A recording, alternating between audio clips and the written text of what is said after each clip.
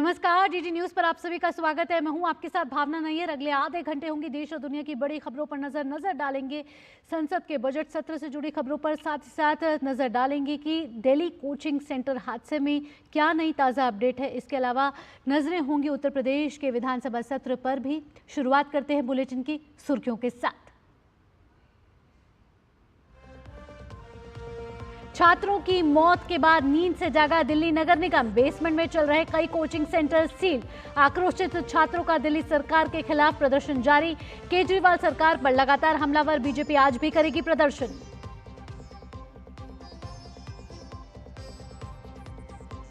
संसद में भी आज सुनाई दे सकता है दिल्ली का कोचिंग सेंटर हादसा। बीजेपी और कांग्रेस के कुछ सांसदों समेत आम आदमी पार्टी की स्वाति मालीवाल उठा सकती है मुद्दा। दोनों सदन में आज बजट पर भी जारी रहेगी चर्चा।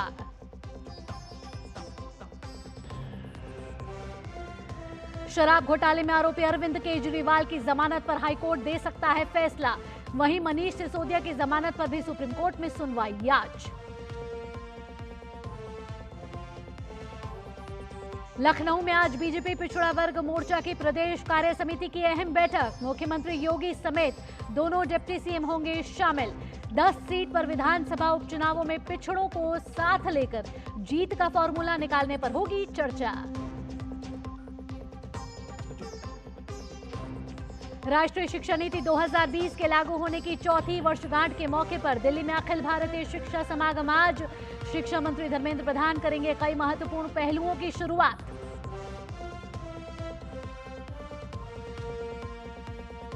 विदेश मंत्री डॉक्टर एस जयशंकर ने टोक्यो में क्वाड विदेश मंत्रियों की बैठक को किया संबोधित। वैश्विक चुनौतियों से निपटने पर दिया जोर। साथ ही कहा सामूहिक प्रयत्नों से ही मानवीय और प्राकृतिक बाधाओं से निपटकर अंतर्राष्ट्रीय प्रणाली में लाया जा सकता है सुधार। खेल की खबरों में पेरिस ओलंपिक में आज भारत को 10 मीटर एयर राइफल शूटिंग में 2 और मेडल की उम्मीद। रमिता जिंदल और अर्जुन बाबूता पर टिकी नजरें। तीरंदाजी में पुरुष टीम क्वार्टर फाइनल में पेश करेगी चुनौती। और आज है अंतर्राष्ट्रीय बाघ दिवस। बाघों के संरक्षण को लेकर जागरूकता फैलाना है उद्देश्य। 4 साल में भारत में बाघों की संख्या में 24% की वृद्धि। दुनिया के लगभग 70% बाघों का घर है भारत।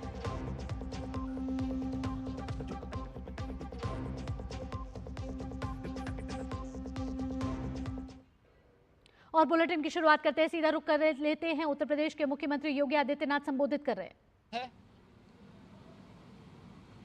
सदन का मंच उस चर्चा का परिचर्चा का विषय बने, इसके लिए हम लोग पूरी तैयारी के साथ मेरे सहयोगीगण उसका जवाब देंगे।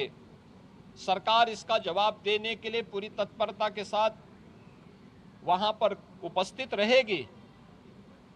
सदन की कार्रवाई सुचारू रूप से चल सके, विधायी कार्य सकुशल संपन्न हो सके, इसके लिए माननीय सदन से जो भी माननीय सदस्यगण हैं उन सब से मैं अपील करूंगा कि वे सभी अपना सकारात्मक योगदान मानसून सत्र के सुचारू संपन्न करने में अपना योगदान देंगे।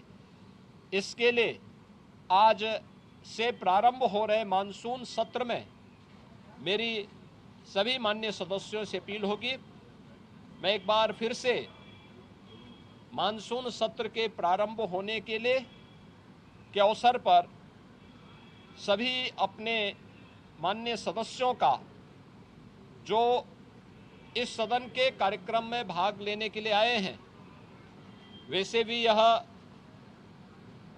देवादिदेव महादेव का पावन मास सावन मास है और सावन मास में बड़े पैमाने पर हमारे जो शिव भक्त हैं वे सभी शिव भक्त इस पूरे मास में इस कार्यक्रम के साथ जुड़े हुए हैं।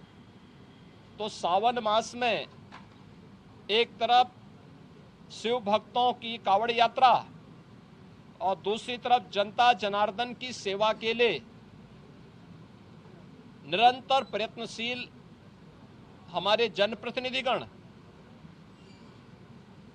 उनसे जुड़े हुए मुद्दों को लेकर के, प्रदेश के विकास से जुड़े हुए मुद्दों को लेकर के प्रदेश के जुड़ी हुई किसी समस्या को लेकर के सदन के मंच पर जो भी पटल पर जो भी बातें उनके द्वारा रखी जाएंगी, उन मुद्दों पर एक सकारात्मक बहस के लिए सरकार पूरी तैयारी के साथ है।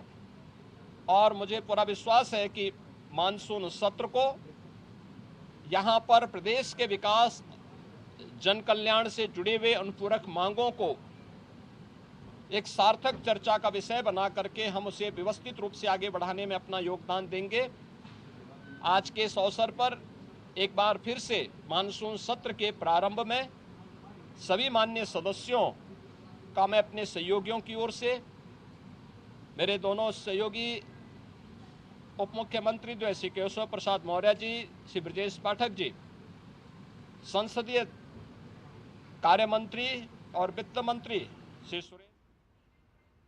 तो शिव भक्तों की सेवा और जनता के लिए प्रतिबद्ध है उत्तर प्रदेश की सरकार, ये कहना है उत्तर प्रदेश के मुख्यमंत्री योगी आदित्यनाथ का, जिनको आप सुन रहे थे। आपको बता दें कि उत्तर प्रदेश विधानसभा का मानसून सत्र आज से शुरू हो रहा है और 2 अगस्त तक चलेगा। इसमें बजट पेश किया जाएगा। बजट 1 अगस्त को पेश किया जाएगा। उससे पहले उत्तर प्रदेश के मुख्यमंत्री योगी आदित्यनाथ सभी दलों से सकारात्मक चर्चा की अपील कर रहे थे। और आइए अब आगे बढ़ते हैं और इस वक्त की बड़ी खबर पर नजर डाल लेते हैं। उत्तर प्रदेश से ये बड़ी खबर आ रही है। आपको बता दें कि उत्तर प्रदेश के बरेली से यह बड़ी खबर है और बड़ी खबर यह है कि फर्जी जन्म प्रमाण पत्र बनाने का एक नया चौंकाने वाला मामला सामने आया है। आपको बता दें कि 20,000 से अधिक फर्जी जन्म प्रमाण पत्र किए जा रहे हैं जारी। ये खबर है उत्तर प्रदेश के रायबरेली से। रायबरेली के कई गांवों में जारी किए गए हैं फर्जी प्रमाण पत्र और रायबरेली के सलोन, जो ये जिला है, तहसील, उसका ये पूरा मामला है। और सलोन में फर्जी प्रमाण पत्रों के बांग्लादेशी और रोहिंग्या कनेक्शन का मामला नया नहीं है। हालांकि भाजपा विधायक ने डेमोग्राफिक चेंज करने की साजिश बताया है इस पूरे प्रमाण पत्र के मामले को लेकर और प्रशासन ने मामले का संज्ञान लिया है। फिलहाल मामले की जांच एटीएस जो है वो कर रही है। और ये खबर उत्तर प्रदेश के रायबरेली से आ रही है, जहां सालोन तहसील में 20,000 से ज्यादा फर्जी प्रमाण पत्र जारी किए जा चुके हैं और ये मामला बहुत ही संगीन होता जा रहा है। नई नई परतें इसमें खुल रही हैं। हालांकि एटीएस अब मामले की जांच कर रही है। उत्तर प्रदेश सरकार ने संज्ञान लिया है पूरे मामला का और बांग्लादेश और रोहिंग्या से जुड़ा ये मामला कहीं ना कहीं कहा जा सकता है। और फर्जी जन्म प्रमाण पत्र का मामला जो है वो लगातार जो है गंभीर होता जा रहा है और नए नए इसमें पेच जो है वो सामने आ रहे हैं।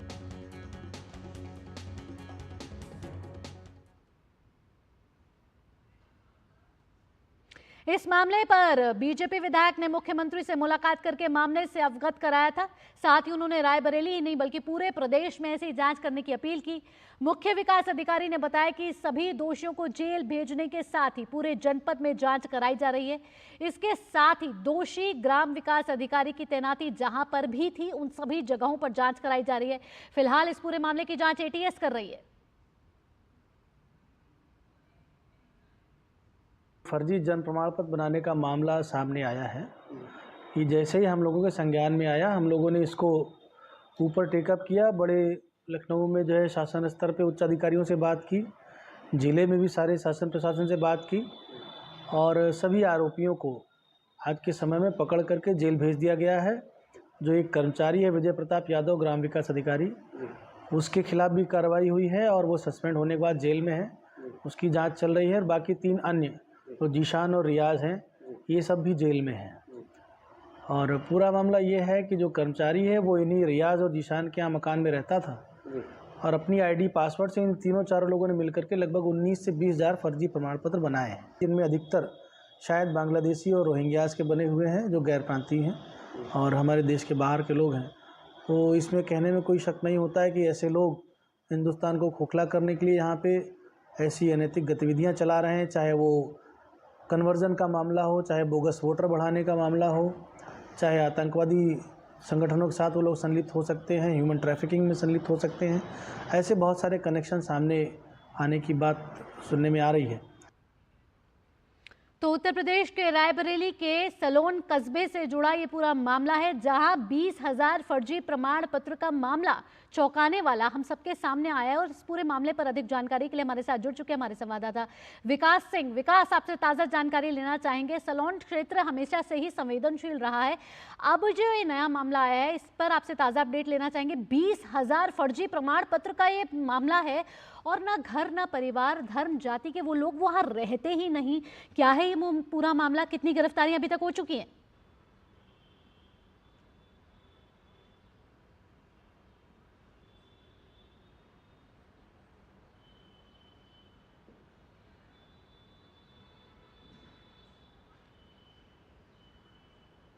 विकास, अगर आपको हमारी आवाज आ रही है तो आपसे जानना चाहेंगे कि रायबरेली का ये मामला बहुत चौंकाने वाला है, बहुत गंभीर है, क्योंकि 100 200 नहीं 20,000 फर्जी प्रमाण पत्र का ये मामला है। इस मामले की जांच एटीएस कर रही है और ये पूरा मामला उस समय से शुरू होता है जब जो संचालक है, सुविधा केंद्र का संचालक है सुहेल रियाज जी, बिल्कुल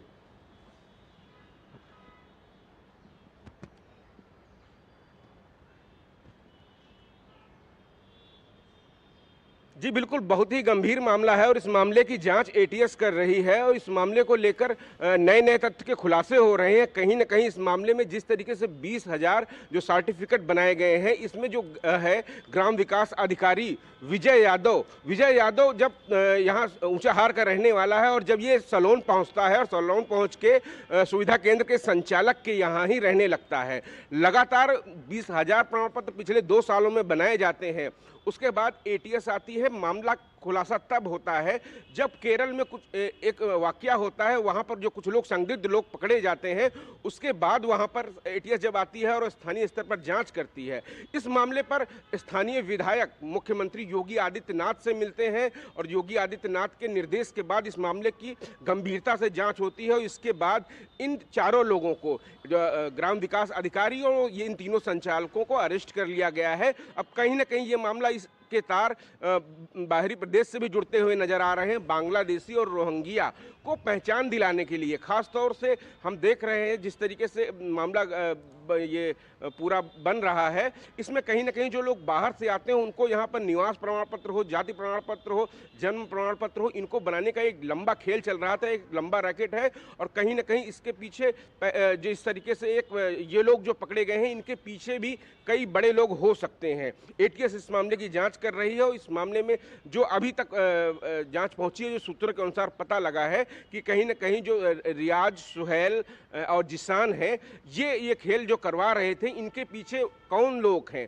वो एक सबसे बड़ी बात हो सकती है। ये राष्ट्र विरोधी गतिविधियां हैं, इनको अत्यंत गंभीरता से ले लिया जाना चाहिए। इससे पहले भी एक वाकया बता देना चाहता हूं कि रायबरेली जो हमेशा से सामान्य जगह कही जाती है, लेकिन कहीं ना कहीं यहाँ हमेशा 90 के दशक में भी यहाँ पर कई आतंकवादी आए थे, लेकिन बाद में उनका पता चला। करीम टुंडा रायबरेली आया था यहाँ पर 92 में। इसके बाद रायबरेली बेहद ही सुरक्षित जगह मानी जाती है आतंकवादियों के लिए, लेकिन उसके बाद मामले की जांच की गई और वहां से भाग गया था। ठीक विकास, तो मामले की जांच चल रही है। बेहद ही गंभीर मामला नजर आ रहा है, बेहद ही चौंकाने वाला मामला है। रायबरेली के सलोन से ये मामला सामने आ रहा है, जहां 20,000 फर्जी प्रमाण पत्र बनाए गए हैं। एटीएस इसकी मामले की जांच कर रहे हैं और लगातार इसमें नई नई गिरफ्तारियां हो रही हैं और नई नई परतें खुलती हुई नजर आ रही है। विकास, फिलहाल इन ताजा जानकारी के लिए आपका बहुत बहुत धन्यवाद। बड़े आगे और एक और बड़ी खबर है इस वक्त की। दिल्ली के राजेंद्र नगर के बेसमेंट में बाढ़ के मामले में 5 और लोगों की गिरफ्तारी की जा चुकी है। गिरफ्तार किए गए लोगों में बेसमेंट के मालिक और एक व्यक्ति शामिल है। इन गिरफ्तारियों के साथ आपको बता दें कि मामले में गिरफ्तार किए गए लोगों की अब संख्या 7 हो गई है। और जानकारी ले लेते हैं अपने संवाददाता तापोश भट्टाचार्य से। तापोश, आपसे इस मामले की ताज़ा अपडेट लेना चाहेंगे। 5 और गिरफ्तारी है, तो कुल मिला के 7 गिरफ्तारियां। लगातार प्रशासन मुस्तैदी से काम कर रहा है। 13 बेसमेंट को भी सील किया जा चुका है। बिल्कुल, इसमें 2 कल ऑलरेडी जो 2 लोगों की गिरफ्तारी हुई थी, उसके बाद 5 लोगों की और गिरफ्तारी हुई है। नाम उनके अभी हम ले नहीं सकते, लेकिन जो बताया जा रहा है कि उनको जुडिशियल कस्टडी में भेजा जा रहा है और ऑलरेडी कल 2 लोगों को गिरफ्तार कर लिया गया था और उसमें से एक जो आज 5 लोगों को गिरफ्तार किया गया, उसमें से एक जो है जो बेसमेंट का जो चलाते थे उनका वो उनके अंडर में आता था और दूसरा जो है एक जिन्होंने गाड़ी से गेट को क्षति पहुंचाई थी, जो मेन गेट था उसको जो क्षति पहुंचाई थी उसका उस गाड़ी का ओनर है। तो ये दो जो इसमें से इंक्लूडेड है। तो टोटल 5 लोग हैं, आज उनको गिरफ्तार किया गया और उनके ऊपर इसके साथ जो टोटल जो नंबर है वो 7 हो चुके हैं। उनके ऊपर इस पूरे जो वारदात है उसमें ये दिल्ली पुलिस ने कल्पेबल होमिसाइड से लेके और भी जो अलग अलग धाराएं 105, 106, 115, 290 और ये इन लोगों को भारत न्याय संहिता के अंतर्गत इनको किया गया है। और इसके साथ साथ मैं ये भी बताना चाहूंगा कि दिल्ली पुलिस ने ये भी कहा है कि जो भी लोग इस पूरे प्रक्रिया में शामिल है, जिनका भी नाम इस पूरे उसमें आएगा, उनमें से किसी को भी बख्शा नहीं जाएगा। तो बहुत ही मुस्तैदी के साथ दिल्ली पुलिस इसमें जुटी हुई है। पूरा चार्जशीट बनाया जा रहा है और जो इस वक्त जो दिल्ली पुलिस और उसकी जो अलग अलग शाखाएं वो इसमें जुटी हुई है कि जो पूरा जो मामला हुआ है उसमें एक पूरा डिटेल तैयार किया जाए, जिसमें कौन कौन इसमें शामिल था, किनकी नेग्लिजेंस, ग्रॉस नेग्लिजेंस की वजह से ये जो मौतें हुई उनको एक पूरे के पूरे सबूत के साथ पकड़ा जाए। जी तापोश, तो 5 और गिरफ्तारी हो चुकी है। तापोश, इन तमाम जानकारियों के लिए आपका बहुत बहुत धन्यवाद। और आप सभी को बता दें कि राजेंद्र नगर के कोचिंग सेंटर की ये घटना है, शनिवार को हुई थी, जब कोचिंग सेंटर के बेसमेंट में पानी भर गया और 3 लोगों की मौत हो गई और 3 छात्रों की मौत हो गई। उसके बाद ही से आक्रोश जारी है छात्रों के बीच। और इससे पहले आपको बता दें कि कल कोचिंग सेंटर के मालिक अभिषेक गुप्ता और कोऑर्डिनेटर देशपाल सिंह को गिरफ्तार किया जा चुका था और अब आज अभी पुलिस ने 5 और गिरफ्तारियां की हैं। यहाँ रुकेंगे एक छोटे से ब्रेक के लिए। ब्रेक से पहले आपको बता दें कि संसद के बजट सत्र की भी शुरुआत हो चुकी है और आज संसद के बजट सत्र का 6वां दिन है और दूसरे हफ्ते का जो पहला दिन है।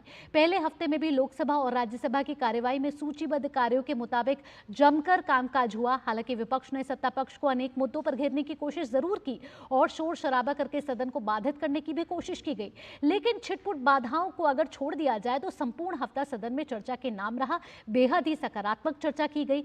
आज भी राज्यसभा और लोकसभा दोनों सदनों में बजट पर चर्चा सूचीबद्ध है। आपको बता दें कि अब से कुछ देर बाद 11 बजे सदन की कार्यवाही शुरू होगी और सदन में आज दिल्ली कोचिंग सेंटर हादसे की गूंज भी सुनाई दे सकती है। आपको बता दें कि सदन में भाजपा और कांग्रेस इस मुद्दे को उठा सकती है।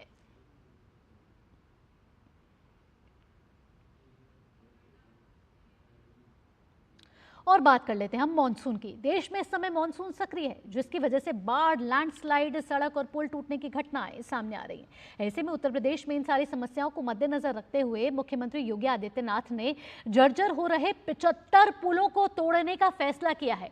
मुख्यमंत्री योगी आदित्यनाथ के निर्देश पर प्रदेश भर में 721 पुलों की जांच की गई, जिसमें 75 पुल जर्जर अवस्था में मिले हैं।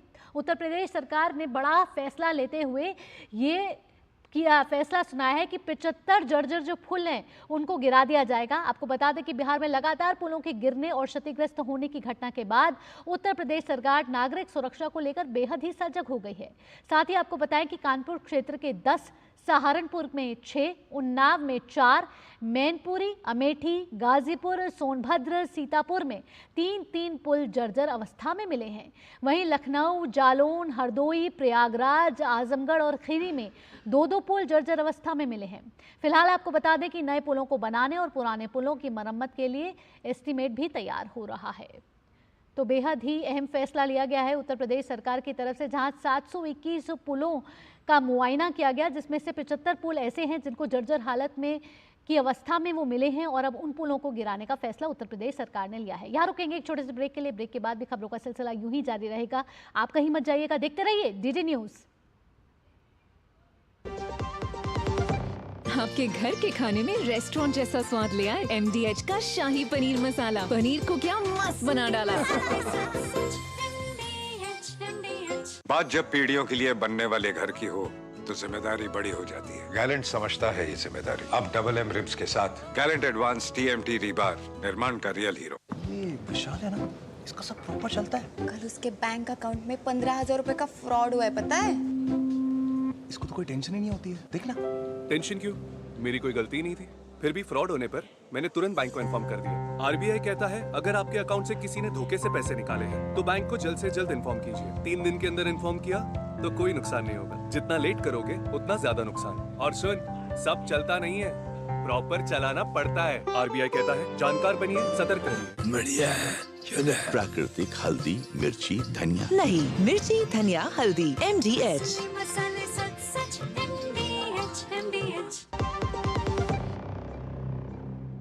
ब्रेक के बाद आपका स्वागत। बढ़ते आगे। सर्वोच्च न्यायालय आज से 3 अगस्त तक विशेष लोक अदालत सप्ताह का आयोजन करेगा। सुप्रीम कोर्ट अपनी 75वीं वर्षगांठ पर विशेष लोक अदालत का आयोजन कर रहा है। प्रधान न्यायाधीश DY चंद्रचूड़ की अध्यक्षता वाली अदालत सहित सुप्रीम कोर्ट की 7 अदालतों में विशेष लोक अदालतें लगेंगी, जो मध्यस्थता करते हुए पक्षकारों की रजामंदी से विवादों को निपटाएंगे। इनमें पक्षकारों की सहमति से सौहार्दपूर्ण तरीके से काफी मामले निपटने की उम्मीद की जा रही है। विशेष लोक अदालत में वैवाहिक विवाद, संपत्ति विवाद, मोटर दुर्घटना दावा, जमीन अधिग्रहण, मुआवजा, सर्विस और लेबर आदि मामलों का निपटारा किया जाएगा। लोक अदालतें मध्यस्थता के जरिए विवाद के हल का मंच उपलब्ध करा लंबित मामलों के सौहार्दपूर्ण समाधान की राह बनाती हैं।